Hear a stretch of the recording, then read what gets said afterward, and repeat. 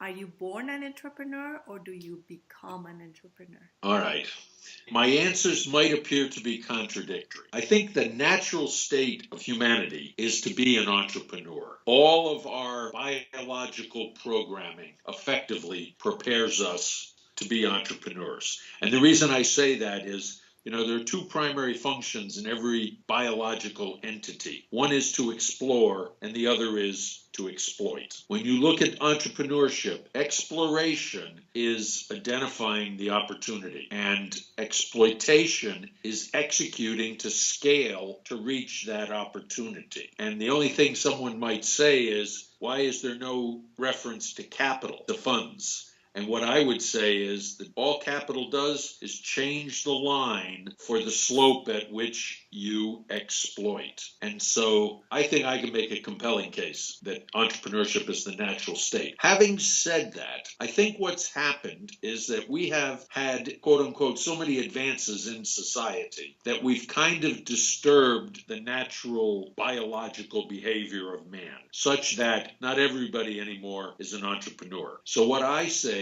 is, I can't any longer make you an entrepreneur, but I can make you a better entrepreneur. So you learn entrepreneurship at the dinner table from your mother or your father, Right. and then I can make you a better entrepreneur. However, if we had an environment of a lot more scarcity, not so much abundance, if we reverted to scarcity, that natural state of entrepreneurship would become much more common, which of course was the case, even in the 1800s in the United States. And what would you say it's the difference between business, entrepreneurship, and social entrepreneurship? Well, business is a complicated term. If we broke business down into corporate and small business, corporations have almost unlimited resources. So they are not really entrepreneurs. Small businesses have limited resources, but they don't pursue the scale that is characteristic of entrepreneurship. The neighborhood dry cleaner is not trying to be Google. He's just trying to put food on the table and send his kids to college. And that's perfectly fine. It's just not entrepreneurship. Entrepreneurship was defined by a professor at Harvard 20, 30 years ago as the pursuit of opportunity without concern for the resources controlled. That pursuit of opportunity, in my interpretation, means that opportunity is unlimited. That's why entrepreneurship creates the Googles and the Amazons and all of those noteworthy companies. Now, in my definition, the only difference between entrepreneurship and social entrepreneurship is the problem that you pick to solve. All entrepreneurship has social value because it solves the problem of the consumer, the user, the individual. In social entrepreneurship, we just elect to pick a particular category of problems, which are called social problems. We still use the same entrepreneurship, it's just the subset of problems that we address. From my perspective, perhaps the best way to define the social problems